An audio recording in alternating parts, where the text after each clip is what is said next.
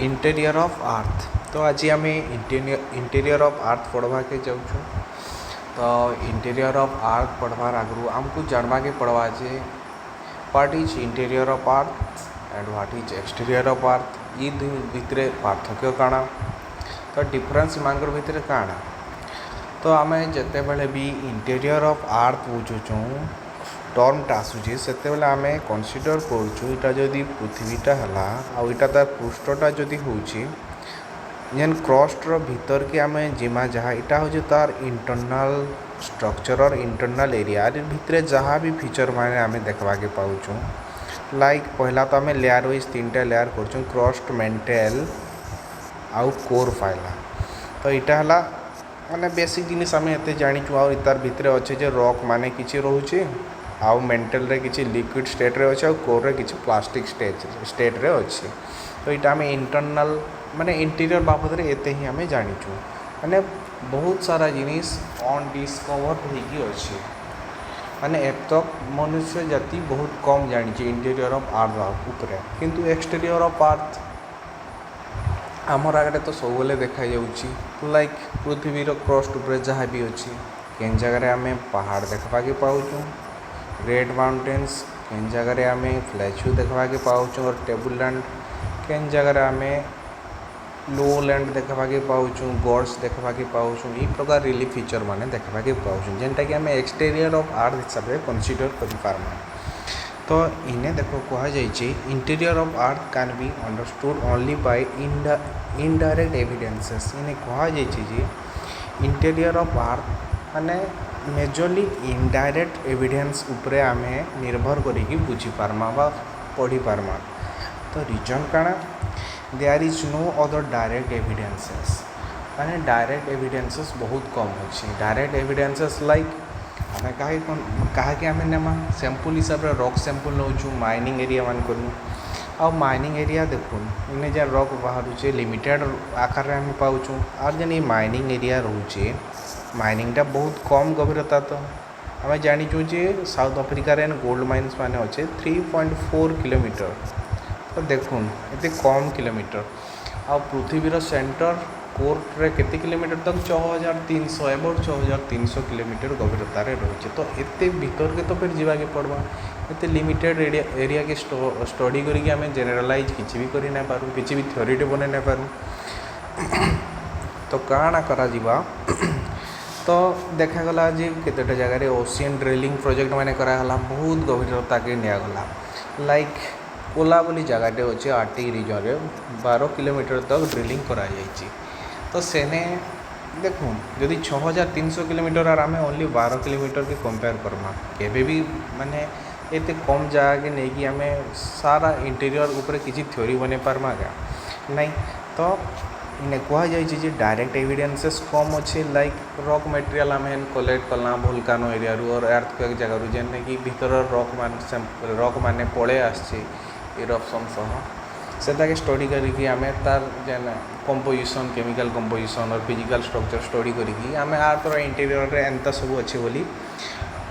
माने एक्सेप्ट करूँ। तो इन्हें कहुई फिर no one can reach the interior of earth. देखो पृथ्वी पृष्ठरू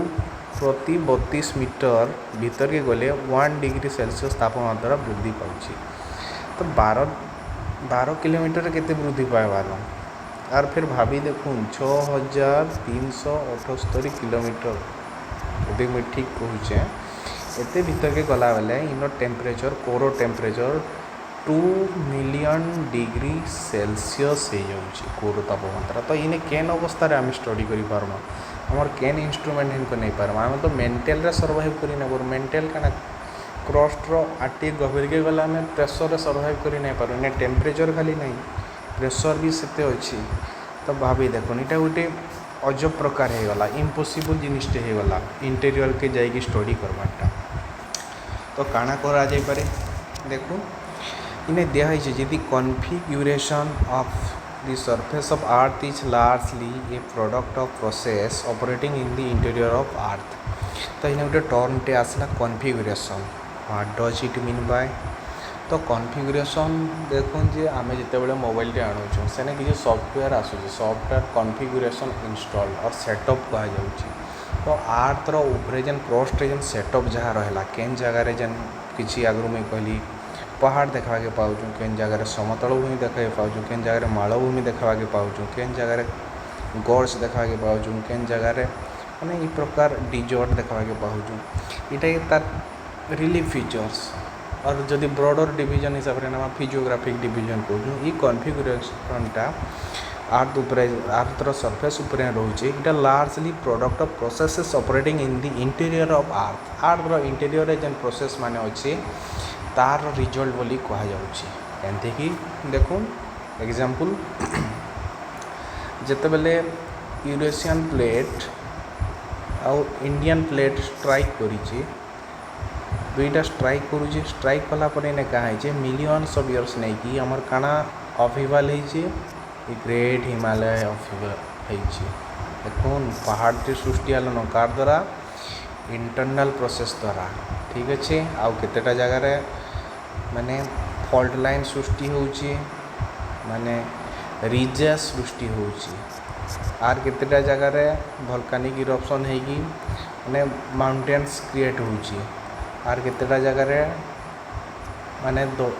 किसी पर्सन उठी जाकि टेबल लैंड और प्लेच्यू क्रिएट है तो ये प्रकार कॉन्फिगरेशन और सरफेस उपर ये प्रकार रिलीफ फीचर माने तैयारी होची इटा समस्ते आम टिके बाबद में जानी तो इन्हें कहगला जे the exogenic as well as the endogenic processes are constantly shaping the landscape. तो इन्हें दुईटा वार्ड आसी एक्सोजेनिक और एंडोजेनिक आसी तो ये प्रोसेस माने काना काना एक्सो मीन्स एक्सो दैट इज माने जेनटा बाहर रे अच्छे जेनटा आर्थर सरफेस उपरे काम करुची से प्रोसेस मान को आम एक्सोजेनिक कहूँ तो इन्हें बेसिकली एजेंट माने काम करसन लाइक एयर और वाइंड के नाम वाटर रेन वाटर ग्लेशियर हाँ ग्लेशियर ने बेटर हवा तो इमाने माने तंकर जेन इरोजनल एक्टिविटी करुचन डिपोजिशनल एक्टिविटी करुचन इन डिह्यूमिडेशन करुचन तो ई प्रकार एक्टिविटी द्वारा जेन आर्थर सरफेस रे का होची चेंज आसूची ठीक सेमता एंडोजेनिक प्रोसेस लाइक काना एंडोजेनिक प्रोसेस बेसिकली इटा सेस्मिक एक्टिविटी इने आसूचे आमर अर्थक्वेक आसूचे वोल्केनिक इरप्शन आसूचे आउ सुनामी आसूचे ई प्रकार इंटीरियर ये सब एक्टिविटी होचे जार द्वारा भी आर्थर इन्हें दिखाई लैंडस्केपटा कन्स्टांटली सेप होची माने अनवरत भावे चेंज आसूचे देखुन माने केतेटा जगार जल्दी चेंज होची और केतेटा जगार स्टेबल होगी रोची माने कम चेंज होची जदि आम डिजर्ट एरिया के जिमा गोटे जगह सैंड ड्यून देखा जाउची किसी टाइम पर देखा सेने वाइंड द्वारा आर जगार इन्हें गोटे समान हो जाइथिबा और खाल हो जाइथिबा ठीक अच्छे और जेने आमर अर्थक्वेक फ्रंट जगार खाल डीप जल्दी हो जाउची तो ये प्रकार एक्सोजेनिक और एंडोजेनिक प्रोसेस आर्थर लैंडस्केप के कन्स्टांटली सेप करुछन किसी ना किसी सेप रे परिणत कर दौन आज गोटे जगह पहाड़ अच्छे बोले और गोटे केते बरस पर से जगार नाई भी थी पारे और जदि कोस्टल आमर जदि रिवर साइड एरिया के देखमा तो इन्हें क्या होची आज गोटे जगह देख इनर बोर्ड माने बाढ़ आसला बनिया आसला किसी अंचल ढीप जगह अच्छे से एरिया माटी की इरोड करी नहीं माउथ रे डिपोजिट करके डेल्टा बनईदेला देखुन केते जल्दी चेंज होगला लैंडस्केपटा तो ये प्रकार एक्सोजेनिक और एंडोजेनिक प्रोसेस हमर सरफेस के सेट करुची। Then physiography of regions influence human life गोटे अंचल फिजियोग्राफी और ब्रॉड रिलीफ फीचर माने से एरिया रो ह्यूमन लाइफ के इन्फ्लुएंस कर प्रभावित करुचन केमती माने देखो फॉर एग्जांपल प्लेन एरिया के जिमा प्लेन एरियाटा बेसिकली रिवर रो पाखे रोची रिवर रो डिपोजिशनल एक्टिविटी द्वारा इटा क्रिएट होची तो ये एरिया काना बेसिकली माने समान एरिया रोची नदी द्वारा इरिगेशन ठीक हो पारुची आ इने बेसिकली एलुवियल सॉइल एबंडेंटली देखा जाउची तो चाषबास भल हला तो ये एरियाटा चाषबास बोले कि प्रॉस्परस एरिया भाव में जनाशुना है। तो एना दो रीजन देखमा डिजर्ट एरिया इने बिलो एवरेज रेनफॉल मैंने 50 cm रू भी कम रेनफॉल होइछि 50 cm रू भी जदि कम रेनफॉल है ताकि आम स्कैंटी कैटेगोरी माने कैटेगोराइज करिछु। तो इने सोइलटा भी ड्राए रोचे जद्वारा इने वेजिटेशन भी देखा जाए नहीं जावा और इने लोक मान लिविंग कंडीशन जेनेराली एक्सट्रीम कंडीशन होची माने दिन बेला 50 डिग्री सेल्सियस तापमात्रा है बेले राति 15-10 तक भी खसी जाऊँगी। तो ये एरिया लोक मैंने केन प्रकार जीवन यापन करेंगे निहाती माने माटी रे घर बनाऊन कोस्टल एरिया रे देखो coastal area condition same like plain area इन्हें कंफर्टेबल लिविंग कंडीशन फील होची लाइक इन्हें जेन सी ब्रिज और लैंड ब्रिज अच्छे वेंटिलेशन हिसाब रे काम करियो सेनो टेम्परेचर के मेंटेन करके रखुचे नॉर्मल टेम्परेचर हिसाब रे कार द्वारा प्रॉक्सिमिटी टू सी द्वारा इन्हें माने लैंड ब्रिज और सी ब्रिज ये एरिया रो सब मेंटेन करके रखुचे ह्यूमिडिटी भी और टेम्परेचर भी। तो आर प्लस इन्हें गोटे एक्स्ट्रा एडवांटेज है इन्हें फिशिंग लगी इन्हें बहुत प्रकार एडवांटेज मिलसी एरिया लोक मैंने फिशिंग ऊपर डिपेंड करके निज लिविंग और आमर जीविका के चले नहीं थीसन। तो इन्हें कहगला so it is necessary to get acquainted or have proper knowledge about the forces that influence landscape development। तो आमको जानवा के पड़वा किछिटा अवगत होगा के पड़वा जे केन केन फोर्स माने आम लैंडस्केप डेवलपमेंट के प्रभाव पकाउछन इन्फ्लुएंस कर तो से केतेटा फोर्स के जानवा के पड़वा और सोर्स के जानवा के पड़वा। तो नेक्स्ट देखूँ जेन इंटीरियर ऑफ आर्थ बाबद स्टडी करवा के हेले हमको विभिन्न सोर्स ऑफ इनफॉरमेशन ऊपर डिपेंड करवा के पड़ला ठीक अच्छे। तो इन्हें देखाई जी as the radius of earth is about 6378 kilometre it is impossible to reach the centre बुझीपार्छन तो 32 मीटर 1 डिग्री सेल्सियस तापमात्रा वृद्धि पाइला प्रेशर भी वृद्धि पाउछि। तो कोर रे केते प्रेशर और केते टेम्परेचर थिबा तो इनको भाभी आशा छाड़ी दोनों इनको पहुँचवाटा। तो आमको क्या करवा के पड़वा so most of the knowledge about the interior of earth is largely based on estimates and inference. तो जेन जहाँ किसी भी आम लिमिटेड नॉलेज जानीचु आर्थर इंटीरियर बाबद यहाँ बेसिकली एस्टिमेट्स और इन्फरेंस उपर आधारित अच्छी सेटा केन प्रकार देखो 100 मीटर रे मनकर टेम्परेचर 10 डिग्री सेल्सियस है आउ इन जेन मेटाल मनकर आयरन अच्छे सॉलिड स्टेट रे अच्छी जो तलके आम जीमा मनकर 20 किलोमीटर तलके जाऊँ इन टेम्परेचर निहाती इनक्रीज होगा मासिवली इनक्रीज होगा 32 मीटर आकार जदि आम कनसीडर करमा काउंट करमा। तो इनर आयरन जेन सॉलिड स्टेट रे अच्छी तो यहाँ क्या हवा तार स्टेट रे परिवर्तन हो मे भी से लिक्विड स्टेज भी से एक्वायर करि पारे। तो ई प्रकार तो जदि आम ई प्रकार भावला 10 किलोमीटर एंता हेले 20 किलोमीटर एंता हेले 30 किलोमीटर केन स्टेट रे थिबा 40 किलोमीटर केन स्टेट रे थिबा 6378 किलोमीटर केन स्टेट रे थिबा। तो यहाँ काना एस्टिमेट कहा जाउची आधार करा जाउची गोटे छोट एरिया रे काउंट करा जाएगी और कैलकुलेट कराएगी सब। तो आम जानला जे जहाँ भी नॉलेज आम पाइचु एस्टिमेट आउ इन्फरेंस द्वारा किछिटा ही जानिचु। तो भीतर के जाइए माने एते ब्रॉड स्टडी डीप स्टडी करा जाए नहीं करवार ताल। तो फास्टली आम देखो आज डायरेक्ट सोर्स रे काଣା काଣା आसुची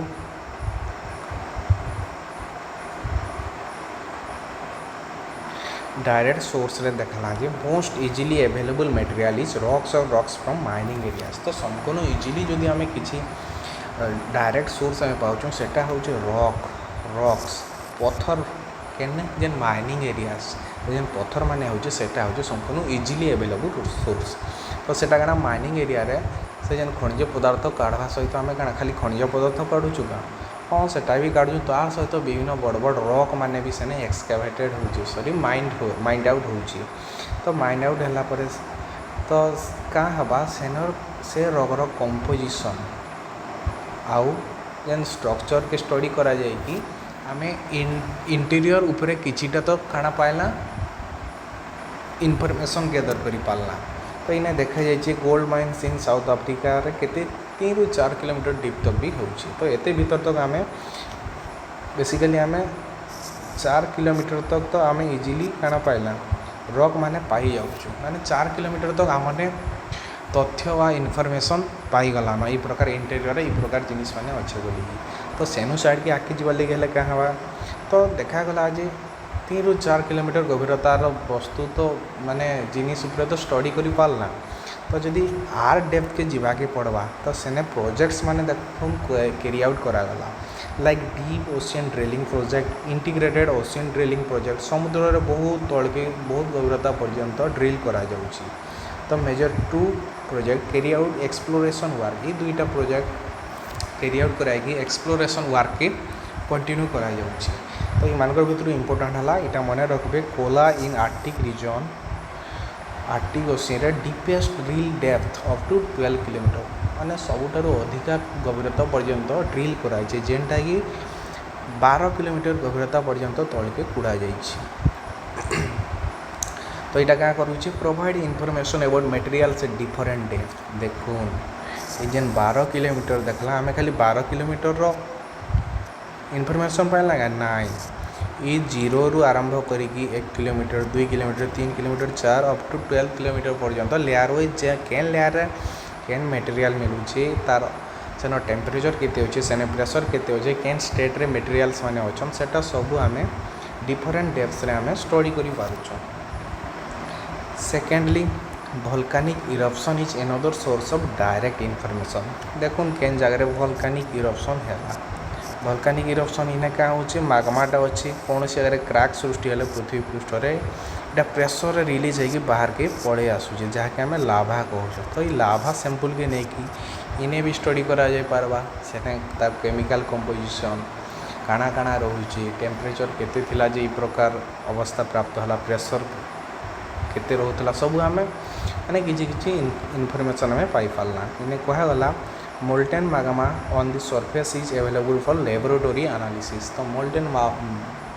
मागमा और लाभा के नहीं लैबोरेटरी रे माने एनालिसिस करा जायकरी इंटीरियर ऑफ अर्थ ऊपर इनफॉरमेशन गैदर करा जाय पारुछि ठीक सेंटा एटा हमर डायरेक्ट सोर्स रे काना काना आसला रॉक आसला केने माइनिंग एरिया रे आ उडे आसला वोल्केनिक इरप्शन तो एबे आमे देखमा इनडायरेक्ट सोर्स रे काना काना पामा इनडायरेक्ट सोर्स माने जेनटा आमे इनडायरेक्टली डिपेंड करछुं से भीतर जिनिस के स्टडी करवार नहीं माने इंटीरियर कौन सी जिनिस के आमे स्टडी नहीं करिकी अन्य कौन सी जिनिस ऊपर माने एस्टिमेट करिकी किछि इनफॉरमेशन गैदर करूछुं like analysis of properties of matter indirectly provide information about the interior माने विभिन्न प्रकार मैटर के आम एनालिसिस करिकी आर्थर इंटीरियर उपरे इनफॉरमेशन आम पाई पारुछु like temperature and pressure increase with increasing distance from the surface towards the interior इटा तो समस्ते जानिछु जे पृथ्वी पृष्ठरू जिते तलगे आम जा सेते टेम्परेचर और प्रेशर बढ़ी बढ़ी जाउछि ठीक अच्छे temperature and pressure increases with increasing distance from surface towards the interior. Similarly,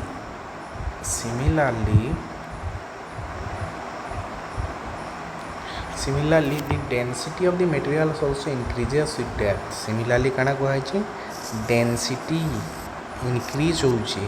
क्या कले आमे जेते डेप्थ के जिमा देखुन ऊपर मटेरियल जेन सॉइल माने अछि तार डेंसिटी कम रोचे डेंसिटी वाले काଣା गोटे यूनिट वॉल्यूम रे तार केते ओजन रोचे केते केजी रो जिनिस रोचे ताके हमें डेंसिटी कहूँ केते ओजनिया जिनिस रोचे ऊपर देखुन क्रस्ट रे हल्का जिनिस अच्छे तापरे किसी मेटालिक जिनिस आम खनिज पदार्थ पाऊँ कोर रे पूरा मोल्टन माने कोर रे पूरा निकेल आयरन मैग्नेशियम भाया ये प्रकार हेवी जिनिस और जार डेंसिटी अधिकार होची से प्रकार जिनिस माने पाउछु इटा ऑब्वियस देखुन हमर मेंटल ऊपर एस्थनोस्फियर और क्रस्ट इटा माने भासी की रहउछि तार मीनिंग काना ऊपर लेयर डेंसिटी माने कम रहउछि और तळके जिते जिमा तार डेंसिटी बा घनत्व बढ़ी बढ़ी जाउछि the density of materials also increases with depth माने जिते भीतर के आम जीमा से मेटेरियल माने जेन तलके अच्छन और भीतर के अच्छन तांकर डेनसीटी माने अधिका रही आम जानीपारुँ। ठीक अच्छे it is possible to find out the rate of changes of characteristic. तो इनू अनुमान कले आम क्या देखला देखुन से जिनिसटा एस्टिमेटा देखुन प्रति 10 किलोमीटर गोटे जिनिसर टेम्परेचर प्रेशर टेम्परेचर और प्रेशर जदि 10 किलोमीटर गभीरतार किसी थिला तो 20 किलोमीटर क्या हो निहाती बढ़ुची टेम्परेचर 100 डिग्री थे 200 डिग्री हो जाऊँगी प्रेशर भी एमती हो माने केते प्रेशर रोचे। तो ये प्रकार प्रेशर टेम्परेचर जदि गोटे निर्दिष्ट रेट्रे बढ़ी जाऊँगी तो सेटा के अनुमान करी मन कर माने क्रस्ट गोटे जिनटे सॉलिड स्टेट रोचे भीतर के आसले से टेम्परेचर प्रेशर द्वारा लिक्विड हो जाऊँगी आर केते जगह फेर प्लास्टिक हो जाऊँगी। तो ये प्रकार गोटे rate of changes of characteristic आम अनुमान कर जेन गुणावली रही माने केन कलर धारण करुँची केन अवस्था अच्छे यहाँ मैंने गुणावली माने गोटे निर्दिष्ट जगार रही देखुन बेसी माने मोर एप्रोप्रिएट है लुहाटा पृथ्वी पृष्ठ आम इ प्रकार पाऊँ माने कठिन अवस्था पाऊँ किंतु जिते कोर के जाऊँ मेंटल के गले पूरा लिक्विड हो जाऊँ कोर के गले प्लास्टिक हो जाऊँ माने सेमी लिक्विड अवस्था के पले आसचे। तो देखुन इने गोटे प्रत्येक लेयर रे तार डिफरेंट कैरेक्टरिस्टिक अच्छी आउ इने गोटे आम गोटे रेट्टे भी आम अनुमान करें जब स्टडी करें माने एस्टिमेट करमा जदि 1 किलोमीटर एत चेंज है 2 किलोमीटर के 3 किलोमीटर और 6378 किलोमीटर के चेंज है यहाँ गोटे rate of changes of characteristic आम कैलकुलेट भी करें। As we know the thickness of earth the scientists have estimated the values of temperature pressure and density of materials at different depths। इटा टिके आगे आम डिस्कसन कला as we know the thickness of earth जमती कि आम Arthur thickness के calculate करूँ भीतर के तो ना चाहिए आम तो यहाँ भी एस्टिमेट जमती करी 6378 किलोमीटर बोली कैलकुलेट कला थिकनेसटा। सिमिलरली साइंटिस्ट माने एस्टिमेट कर वैल्यूज माने कार टेम्परेचर प्रेशर आउ डेनसीटी ऑफ मटेरियल्स डिफरेंट डेप्थरे मटेरियल्स माने अच्छे टेम्परेचर केते रोचे प्रेशर केते रोचे आउ सॉरी से लेयर टेम्परेचर केते रोचे प्रेशर केते रोचे आउ सेने थिबा मटेरियल्स मानक डेनसीटी केते रोचे इटा भी साइंटिस्ट माने सफल होइछन कैलकुलेट करबारे और एस्टिमेट करबारे। For example like in lithosphere the temperature pressure are less so the materials here are in normal stage रे रोचे। in mantle the temperature increases majorly so the materials are in molten state or liquid state रे इन रोचे जहाँ भी materials माने रोचे। in core the temperature is very much high and the pressure is also very much high so elements like iron nickel and magnesium are in plastic state in liquid state रे नहीं थे ये भूल केबे नहीं करेंगे मेंटल रे खाली लिक्विड रे थी बिकज इन्हें टेम्परेचर बहुत थी किंतु प्रेशरटा एते नहीं थे किंतु जिते भीतर के जीमा सेते ओजन बढ़वा तो प्रेशर कोर रे बहुत अधिका थी आ प्रेशर अधिका हेले जानछु आमे लिक्विडटा सॉरी गैसियसटा लिक्विड आसी लिक्विडटा सॉलिड भी हो जाएसी गैस सिलिंडर कथा अनुमान करूँ इन्हें एक्चुअली गैस थी किंतु प्रेशर एते अधिका थी आम लिक्विड अवस्था भितर स्टोर करा जाएसी। ठीक सेमता कोर रे प्रेशर बहुत अधिका तो टेम्परेचर अधिका हेले भी इन्हें आयरन निकेल और मैग्नीशियम लिक्विड स्टेट रे नहीं रही प्लास्टिक स्टेट रे थीसन। ठीक अच्छे इन तो source of information are meteors काना मीटियर्स हमको केंता हेल्प करुचे तो मीटियर्स काना देखुन केते बेले पृथ्वी स्टार्ट हैला से जेन बिग बैंग थ्योरी और कणा कहउछन जेन जेते बेले हमर माने हमर सोलार सॉरी हमर सौर जगतटा जेते बेले क्रिएट होइछि सेते बेले गोटे माने बड़ मास रो सब क्रिएट होइछन विभिन्न जेन ग्रह माने रहला हम सब सेटा क्रिएट होइछन यार इने किछिटा छोट छोट माने हमर कॉस्मिक मटेरियल्स माने रोचे जेनटा के हम मीटियोराइट्स कहउछु सेटा माने भी घुरी बुलुछन तो से टाइम रे से समान जिनिस आर्थ भी तैयारी होइछि मीटियोर्स माने तैयारी होइछि और ग्रह माने भी तैयारी होइछि तो कौन सी कारण आर्थ रो ग्रेविटी इन्फ्लुएंस के पले आइले ये मीटियोर्स माने पले आछन जेनटा कि हम मटेरियल्स पले आछन जेनटा कि हम मीटियोर हिसाब रे पृथ्वी पृष्ठ रे पाउछन तो सेनर जेन रहला मटेरियल्स रहला आउ तार स्ट्रक्चर के ऑब्जर्व करा जाउछि, तार कंपोजिशन केमिकल कंपोजिशन के ऑब्जर्व करा जाउछि और तार स्ट्रक्चर के ऑब्जर्व करा जाउछि, देखा जे सेटा आर्थ सह समान होउछि। तो इटा गोटे भी किसी इनफॉरमेशन पाइला जे आर्थ भितर भी जिनिस आर्थ भी इताके नहीं गठित होइछि। तो ताहाके माने कंपैरिजन करिकी आमे इंटीरियर रे ई प्रकार जिनिस माने अच्छे बोली किसी आमे इनफॉरमेशन गैदर करि पाउछु। Can be used as source of information about the interior of earth. बुझी पारले ये जेन मीटियर्स माने पड़ीचे तार केमिकल कंपोजिशन कहा के नहीं गठित होइछि, केन अवस्था रे अछि,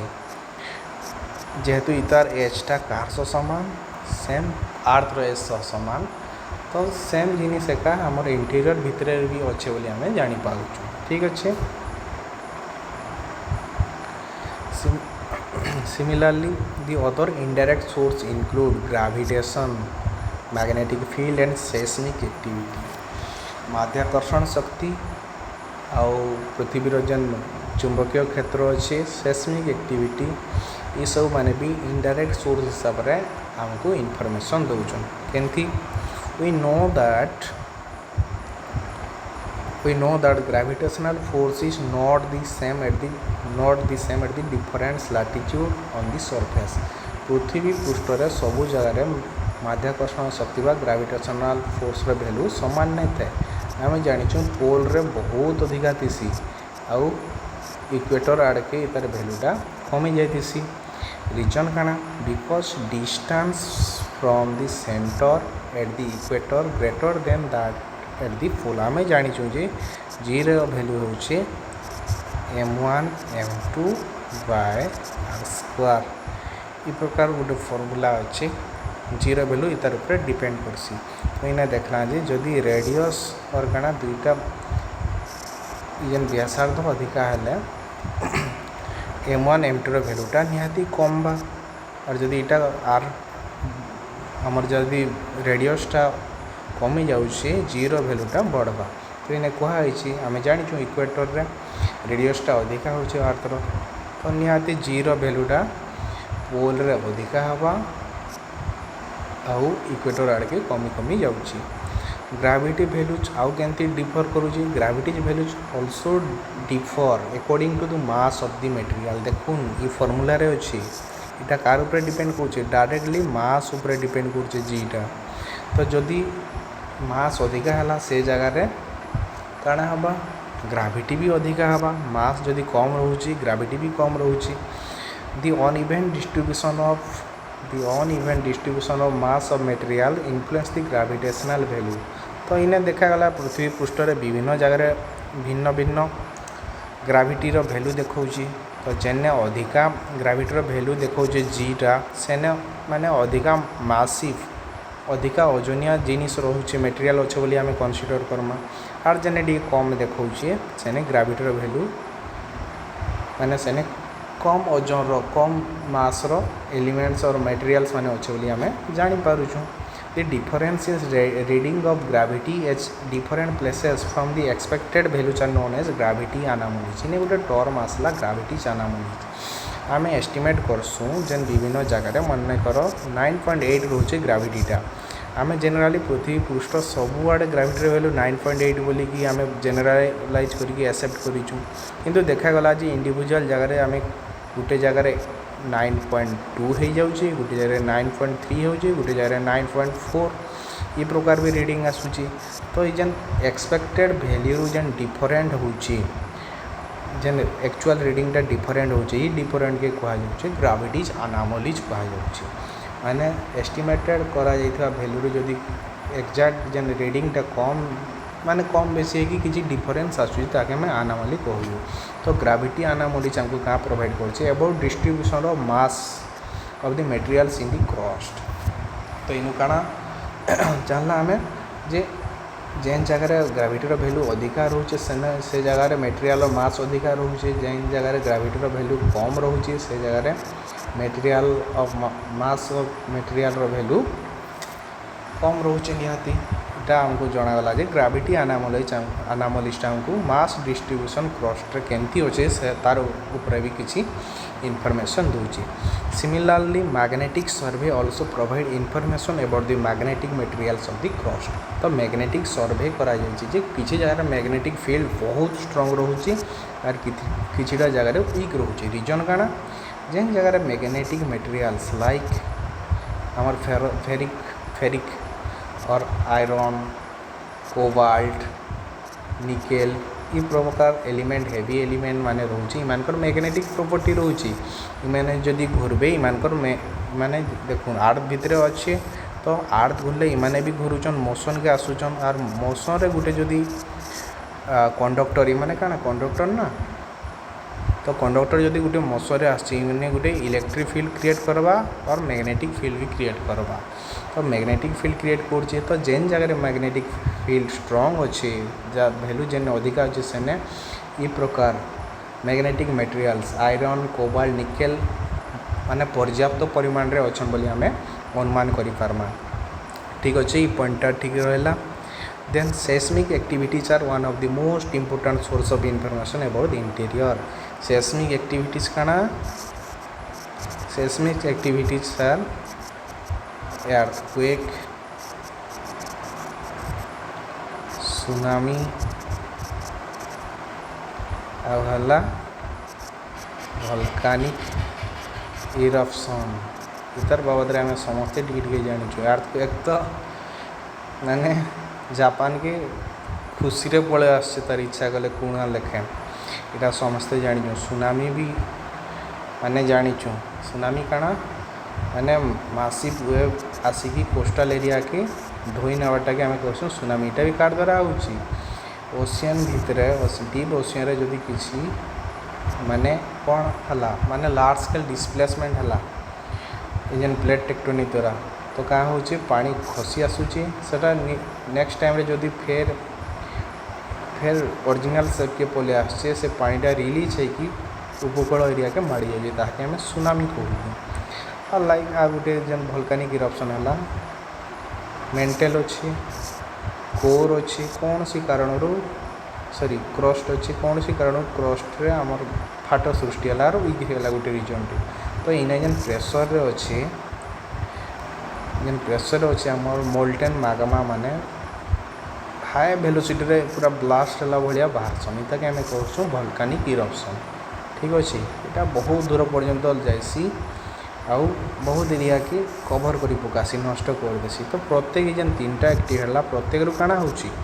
इंटेरियर रू मटेरियल्स माने बाहर के पळे आसे तल रे जहाँ भी जिनिस अच्छे किसी बाहर के पळे आसे। तो तल जिनिस आसले आम क्या करमा से सैंपल के नहीं स्टडी करमा क्या क्या रहा आज। तो ये प्रकार हिसाब से आम इंटेरियर ऊपर किसी इनफॉरमेशन पाइला। तो यहाँ रहा आम डायरेक्ट और इनडायरेक्ट सोर्स माने। नेक्स्ट क्लास रे अर्थक्वेक वोल्कानो सुनामी ये प्रत्येक उपरे इंडिविजुअली डिटेल पढ़मा जदि आपण माने इंटरेस्टेड और इंटरेस्ट देवे। ठीक अच्छे यहाँ फास्ट टाइम ये प्रकार मुझे स्टार्ट कली रिकॉर्डिंग तो देखूँ भूलभाल होता मैंने मेसेज करी कहे। ठीक अच्छे चलो।